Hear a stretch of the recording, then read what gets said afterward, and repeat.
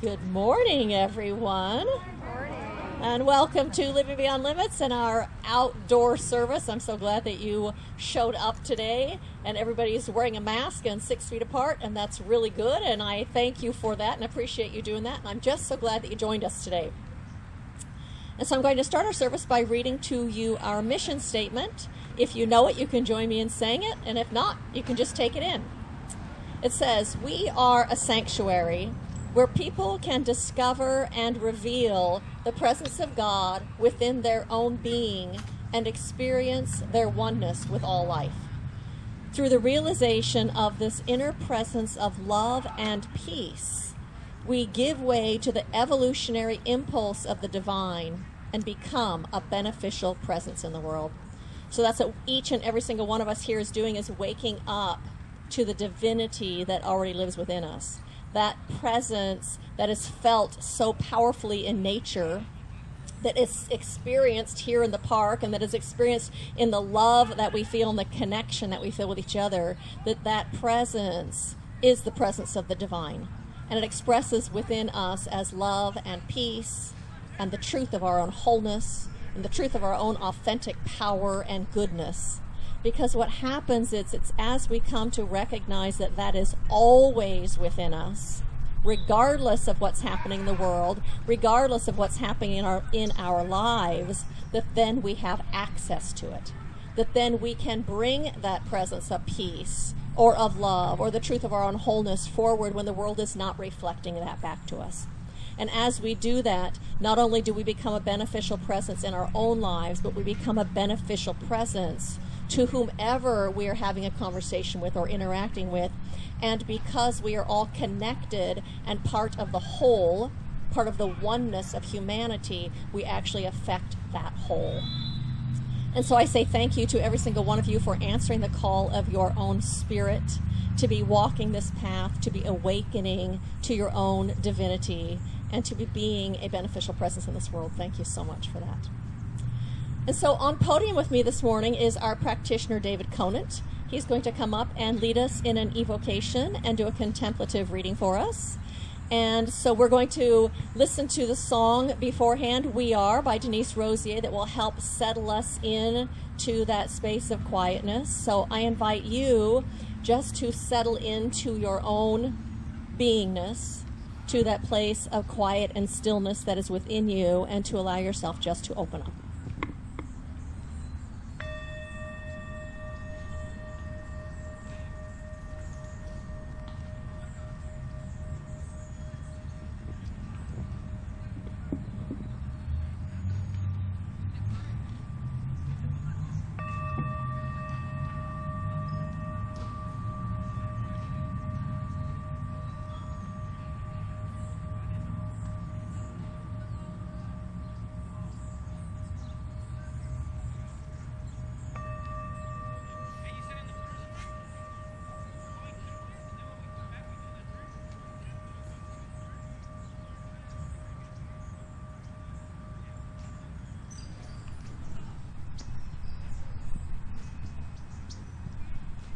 I recognize what a blessing it is to be here together with all of you today. When we are in a park like this one, we can see nature everywhere. What we see and experience is indeed spirit manifest. We have a deep and significant connection with spirit. It is the creative intelligence that is the one source. The truth about all this is that we are one with this light of love and joy. It is our great companion, and it is always with us. It is present here today as living beyond limits, and knowing all this to be the truth, I bless Reverend Jennifer, and I am grateful that Spirit flows through her words and directly into our lives. I bless Ray. I bless the practitioners and everyone here as we experience our oneness with the divine mind. And so it is.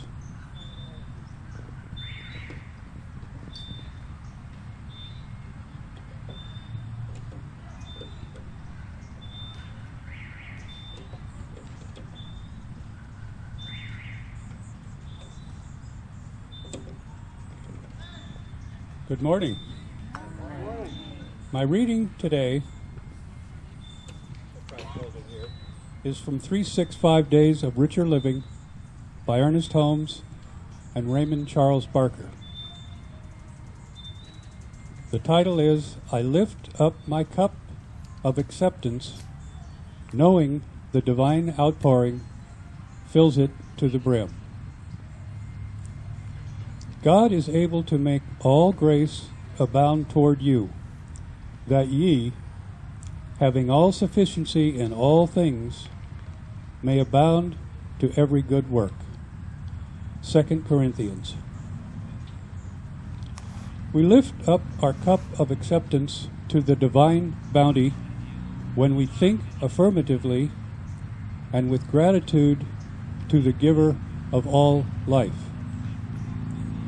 Daily, we should practice affirming that our cup is filled and running over, always remembering that what we affirm for ourselves, we must affirm for others. Giving and receiving, loving and being loved, our cup of acceptance will be filled from the horn of God's abundance. I am living in the continual expectancy that every good thing in my experience shall be multiplied. There is neither doubt nor uncertainty in my mind.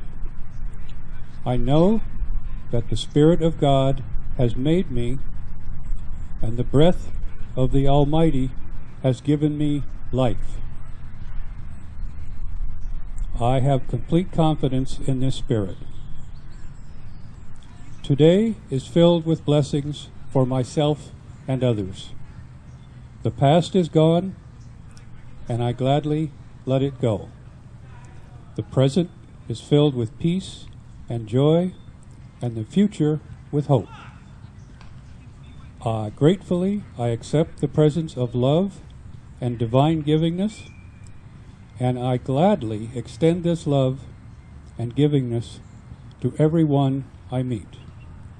I am made whole with the wholeness of spirit. Gently, but with complete certainty, I am guided into right action and successful accomplishments of all good desires. This I accept, this I experience, and hold this goodness and gratitude in my heart. And so it is.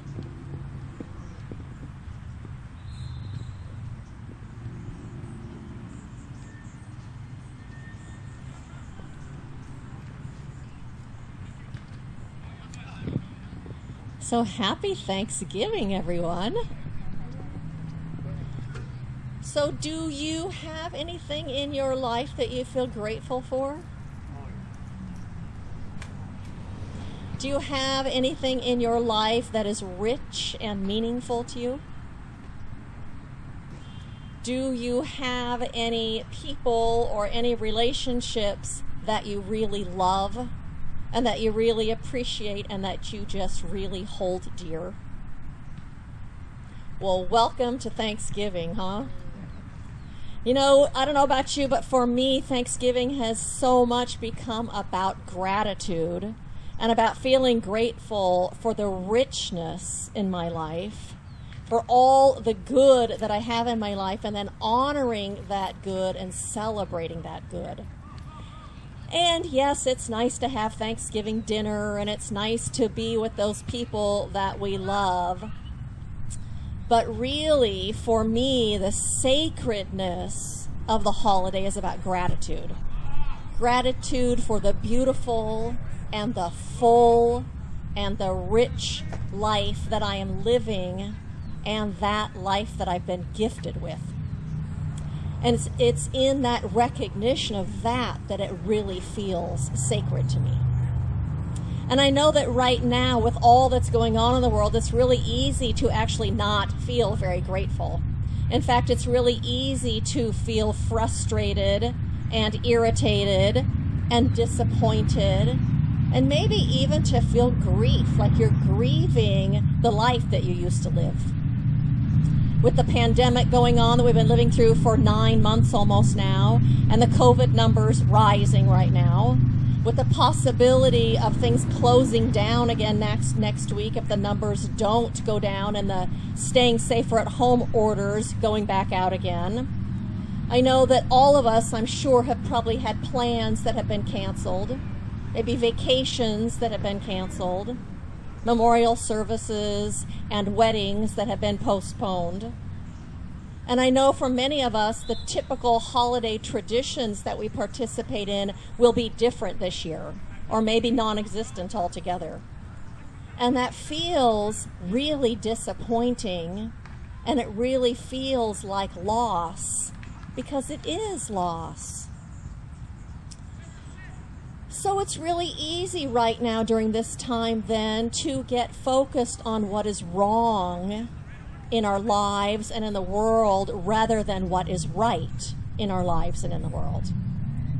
And so there's a quote in the book Tibetan Buddhism from the Ground Up that says, "It is human nature to seek happiness outside of oneself, when all the while our happiness or lack thereof really arises from our own minds." We think that we will be happy when our favorite restaurant opens back up again and we get to go out to dinner there. We think that we'll be happy when sporting events go live again, or when we get to go to the movies. Or we think that we'll be happy when we no longer have to wear masks and we get to go to church at our real church and we get to hug all of our friends. And we will be, that is the truth. But really, happiness originates in our own thinking. It originates in our own perspective about how we think about things. Are we judging and criticizing and condemning? Or are we being in a place of acceptance and openness to the good? It's about if we have a negative or a positive outlook on life. It's about where we place our focus and where we keep our attention. That's what creates happiness. Dennis Merritt Jones says, simply put, gratitude changes our perspective. When we're in gratitude for our life, it changes how we see things. It changes our perspective, but it also changes our experience. How we experience life. It upraises our level of satisfaction. It expands our feelings of happiness and joy, and we experience ourselves as blessed when we are feeling grateful. I went to a sandwich store the other day that I like to go to, and the girl that was working at the cash register that helped me, when I left, she said to me, "Have a grateful day." And I had to ask her, is that what you said? Did you say have a grateful day? Because, she had a mask on. She said, yes. Like, oh my God, I love that. Because to me, what she's really saying is have a day where you feel blessed. Have a day where you feel filled up. Have a day where you feel happy. How lovely is that? And so I know for me, when I feel gratitude for the things that are happening in my life, or just feel grateful for life, I feel blessed. And I feel then so much more satisfied with my life. And I feel so much happier. When I'm grateful for my work, for either one of the jobs that I hold, then it puts me in the recognition and the realization of how happy I am to see my clients. And how happy I am to see all of you. It puts me in the recognition of how grateful I am to have a creative outlet, to have something that I get to do where I get to express my creativity. It makes me grateful that I'm actually being productive. And I can't even begin to tell you, after having 12 weeks of hair salons closed down and going back for a month and then another, I think it was 8 weeks closed down, how grateful I am to be working, how grateful I am to be productive. You know, when I'm grateful, for instance, something as little as my car, then it puts me in that perspective and in that recognition of how grateful I am that I can go anywhere in my car. When I'm not grateful for my car, it's more like I see the flaws. Gosh, my car's not really new anymore, and it's kind of getting a little bit tired, and the paint's chipping on part of it. But when we're in gratitude, it shifts our perspective and how we see things. And so I'd like to share a story with you, and it goes like this. Gordon grew up on a farm where he and his siblings had to hurry home from school every day while the other children played. Their father, however, had the capacity to help them understand that their work amounted to something. This was especially true after harvest time, when the family celebrated Thanksgiving. For on that day, their father gave them a gift. He took an inventory of everything they had. On Thanksgiving morning, he would take them down to the cellar with its barrels of apples, bins of beets, carrots packed in sand, and mountains of potatoes, as well as peas, corn, string beans, jellies, strawberries, and other preserves which filled their shelves. He had the children count everything carefully. Then they went out to the barn and figured out how many tons of hay there were and how many bushels of grain in the granary. They counted the cows, the pigs, the chickens, the turkeys, and the geese. Their father said he wanted to see how they stood, but they knew he really wanted them to realize how richly blessed they were and to know the results of their hard work. Finally, when they sat down to the feast their mother had prepared, the blessings were something they really felt. The Thanksgiving that Gordon remembered most thankfully, though, was the year that they seemed to have nothing to be grateful for. That year started off well. They had leftover hay, lots of seed, 4 litters of pigs, and their father had a little money set aside so that someday he could afford to buy a hay loader, a machine most farmers just dreamed of owning. It was also the year that electricity came to their town, although they couldn't afford it. One night, when Gordon's mother was doing the wash, his father stepped in and asked his wife to rest. He said, "You spend more time doing laundry than you do sleeping. Do you think we should break down and get electricity?" Although elated at the prospect, she shed a tear, for as she thought of the hay loader that then wouldn't be bought. So the electrical lines went up that year. They acquired a basic washing machine that worked all day by itself and light bulbs that dangled from each of the ceilings. There were no more lamps to fill with oil, no more wicks to cut, no more sooty chimneys to clean, and the oil lamps went off quietly up into the attic. The coming of electricity to their farm was the last good thing that happened that year. Just as their crops started to come through the ground, the rains started. When the floods receded, there wasn't a plant left. They planted again, but more rains came and beat down the crops into the earth. Their potatoes rotted in the mud. They sold a couple of cows and all the pigs and other livestock that they intended to keep, but at very low prices, because everybody else had to do the same thing. All they harvested that year was a batch of turnips, which somehow weathered the storm. Then came Thanksgiving. Their mother said, "Maybe we should forget it this year. We haven't even got a goose left." On Thanksgiving morning, however, Gordon's father showed up with a jackrabbit. Grudgingly, his wife started to cook it. indicating it would take a long time to cook that tough old thing.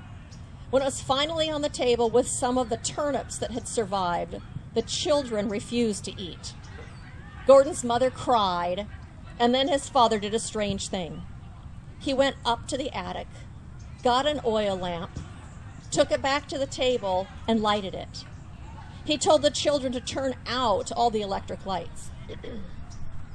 When there was only the lamp again, they could hardly believe that it had been that dark before. They wondered how they'd ever seen anything without the bright lights that were made possible by electricity. The food was blessed, and everyone ate, and when dinner was over, they all sat quietly. Gordon said, in the humble dimness of the old lamp, we were beginning to see clearly again. It was a lovely meal. The jackrabbit tasted like turkey, and the turnips were the mildest we could recall. Our home, for all its wants, was so rich to us. Are you focused on the good in your life? The abundance of good that we have to look for in order to see? Wallace B. Wattles said, it's not happiness that makes us grateful, but gratefulness that makes us happy.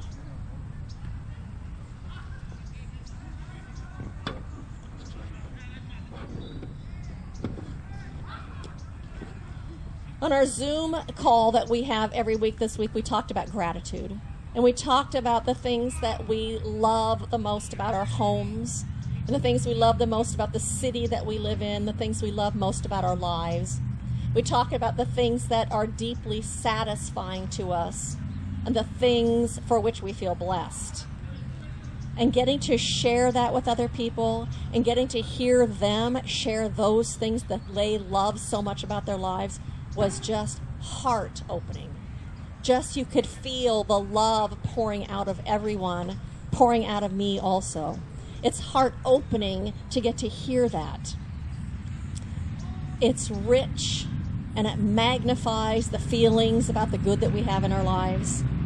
And I know for me, I love about my home, I love that my home feels like a sanctuary.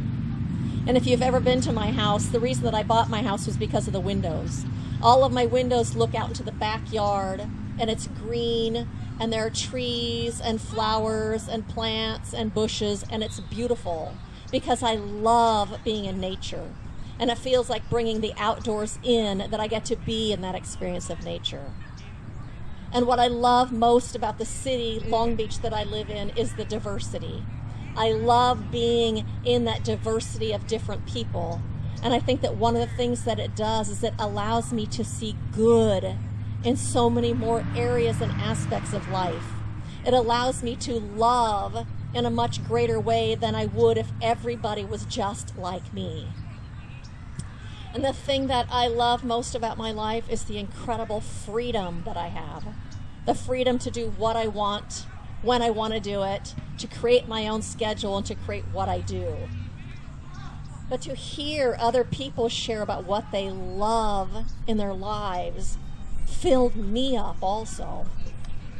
You know, as spiritual beings, we have this need within us to remember the good from which we come, the good that is that invisible realm that we live in. We have a need to experience and to remember and to feel how blessed we really are and how blessed our lives really are. And not necessarily just for the specific things in our lives that we're grateful for, but really just for the fact that we get to live this life, that we are alive, living a human life here on earth. When we're in gratitude, it seems to me like our souls get to come home. Our souls get to come home once again to that energy of good.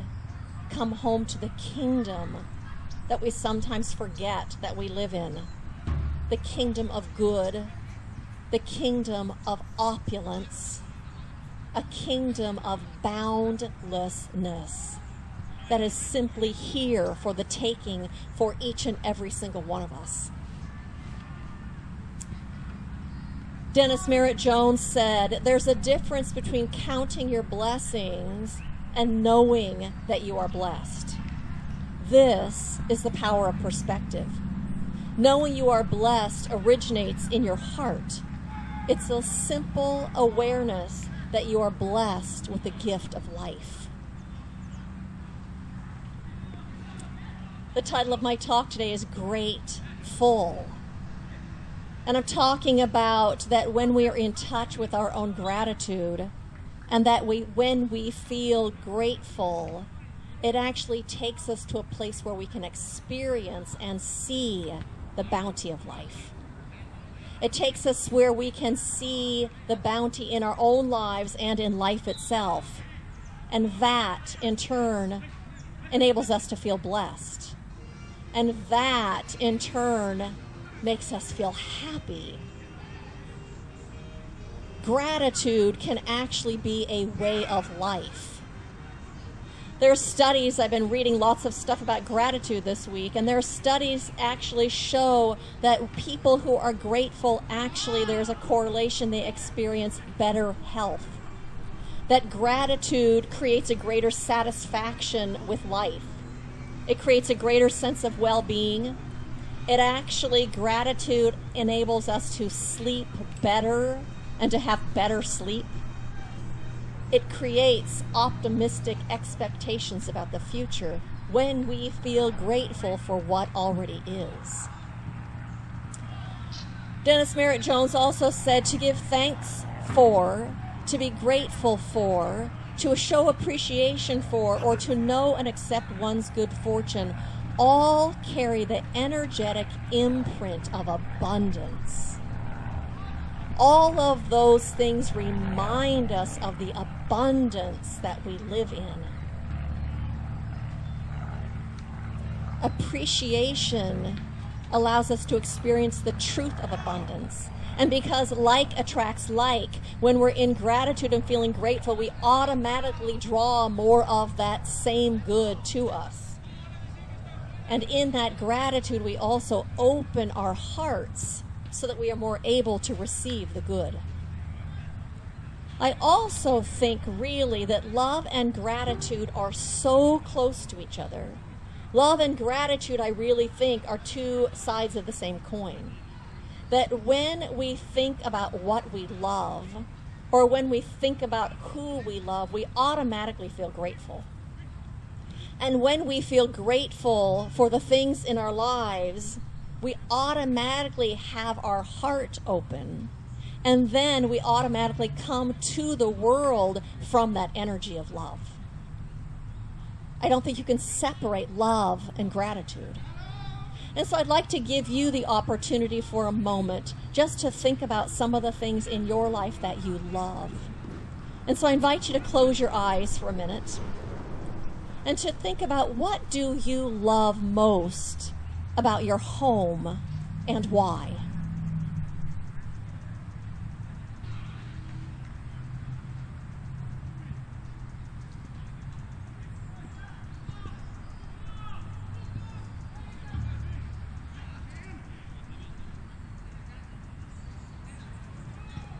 What do you love most about your closest relationship and why?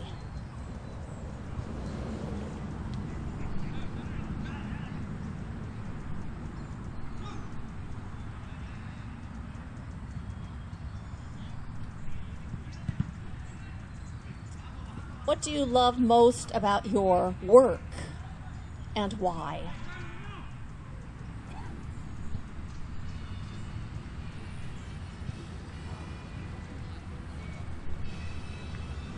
What do you love most about where you live and why?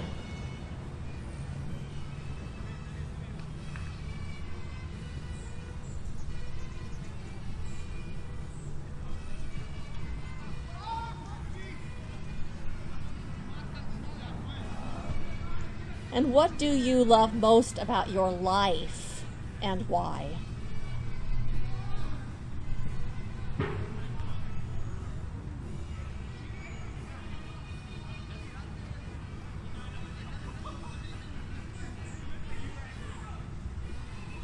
Does it make your heart feel full? So I invite you to share a couple of those with someone who's sitting 6 feet from you or less, to share a couple of those things that you love about any aspect of your life and why.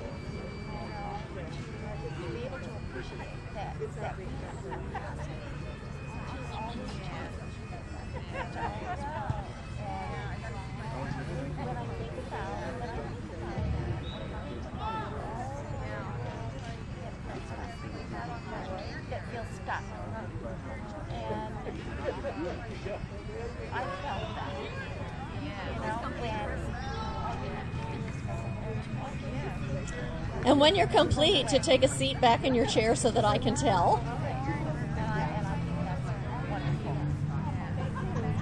Thank you.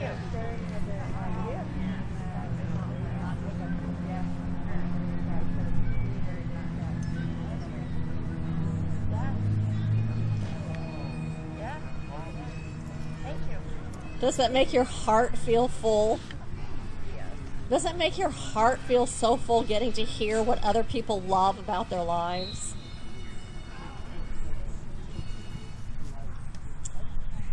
So my invitation to you is to practice gratitude every single day. Create a gratitude journal if you want and write down the things that you're grateful for before you go to bed. Or if you're having a meal with someone else, share the things that you're grateful for with that person before you have your meal. Tell the people that you're grateful for in your life. Tell them how grateful you are for them and why. Live in that state of gratitude. It changes everything. And as a result, you'll be moving through your days and living your days feeling more grateful and more satisfied and more happy.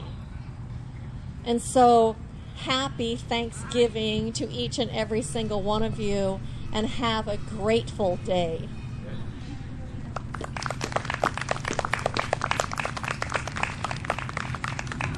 And so I invite you to join me in an affirmative prayer. And so we start with gratitude. How grateful I am to be living this life. How grateful I am to be living in this bounty of opportunities, bounty of choices, bounty of love, this bounty of good.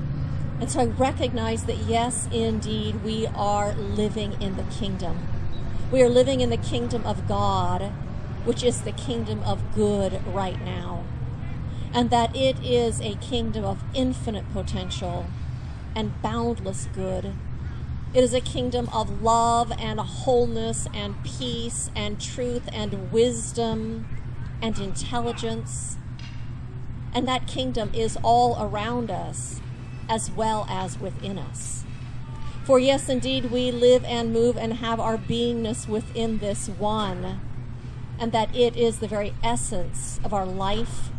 It is the very essence of our minds, the essence of our hearts, and of who we are. And so I know that we can never be separate or apart from that presence and the allness that God is. For it is truly all there is, everywhere present in form and that which has not come into form yet. And so today we just express gratitude. Gratitude for the abundance of gifts. Gratitude knowing that that good is unfolding itself all around us, for we are open and receptive and looking to it and looking for it. And our anticipation of good just draws more of it to us. And so with a grateful heart, I say thank you, God, for all of this. And I release this prayer, and I say, and so it is. And so I invite David Conant up now. He's going to lead you in an affirmation.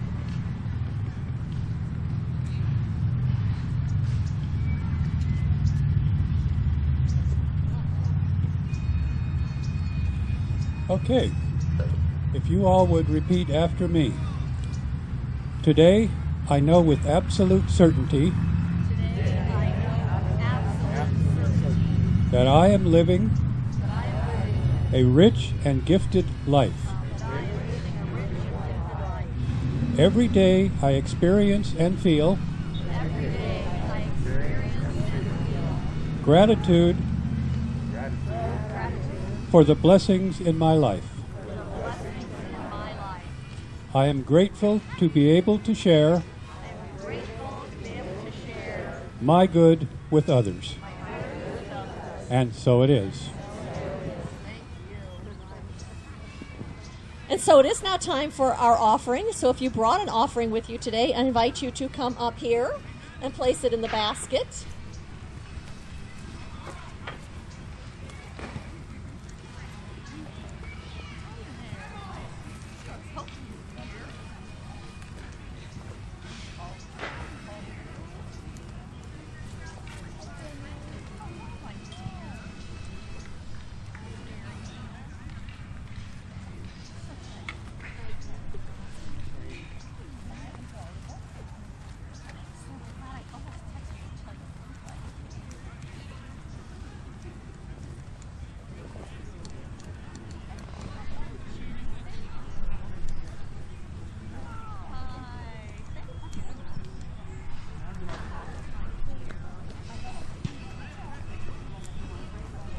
And so I invite you to join me in a blessing of this offering. And so it is from this place of gratitude and fullness of heart today that we receive these gifts and that we give these gifts.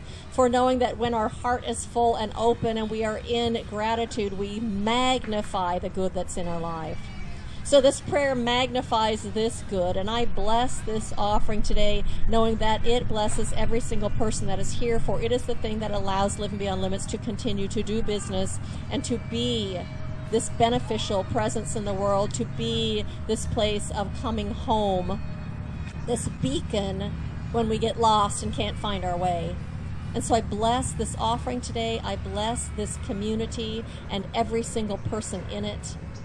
And I invite you with me to send a blessing out into this entire world, to every person and every home and every heart and every government. And I say, thank you, God, and so it is. And so I have a couple of invitations for you. One is, normally at Living Beyond Limits, we do a Christmas project every year. We have adopted families, and we have supported Sukasa, which is a shelter for women who have been experiencing domestic violence. We have done Project Shepard, and we're going to do Project Shepard again this year, which is a community project that Lakewood does, where people give unwrapped toys to children for families who are in need. And so Living Beyond Limits, your board of trustees has decided that we are going to give a financial donation to Project Shepard. And if you would like to participate individually, there are actually 4 different ways that you can do that. One is that you can go to City Hall, and they have a Christmas tree that has little teddy bear ornaments on it that have children's names and ages and gift requests. You can go pick one of those up and then take the gift over there. 2, you can go on their website. You will receive an email either tonight or tomorrow that will have the link on it. You can go to their website and same thing, pick a child and a gift that you want, or you can make a monetary donation to Project Shepard. Or they also have an Amazon gift registry where the things are already picked out and you simply click on it and then you pay for that gift and it gets shipped there. So look for that email. You'll be getting that tomorrow. Because Thanksgiving is this coming Thursday, we're not going to do our Zoom call on Thursday evening, and we're not going to do coffee in the park because people have things that they're doing during the day. But we'll be back here in this spot in 2 weeks for coffee in the morning on 10:30 on Thursdays, and 2 weeks on Zoom at 7:30 on Thursday nights. If you aren't on our email, please let me know, and I'll make sure that you get on that list so that you get the link to the Zoom. And if you have not been joining us on Zoom and aren't entirely burnt out from being online, I invite you to join us for that. It is such a rich and heart-filled and loving group to be in, and we have such a great time every single week when we do it. I invite you to try it and see how you like it and to join us for that. We are doing Ministry of Prayer. If you have a prayer request, will you please let Barbara Conant know, or you can email her or text her, and we will support you during the week in prayer. She also has a slew of prayer shawls if you would like to be gifted or gift somebody with a prayer shawl that has been created in that energy of prayer. David and Barbara will pray over it for whatever your prayer request is, and then you can gift that to yourself or someone else. We invite you to subscribe to our YouTube channel, which gives you a one-click to all of our videos. Instead of going on our website and then scrolling down and then clicking, it just gives you a one-click to it. And I am not sure if we will be back here in 2 weeks or not. It depends. I'm sure you all have heard, there's a possibility of having another shutdown and stay safe at home orders, which may go into effect. So watch for your email that will let you know if we are going to be here again in 2 weeks or not. So depending on that and depending on the weather, but watch for your email, which will let you know what we're doing. And so again, I'm so glad you are all here. Lots and lots of love to each and every single one of you. Happy Thanksgiving and have a great one, and we'll see you soon.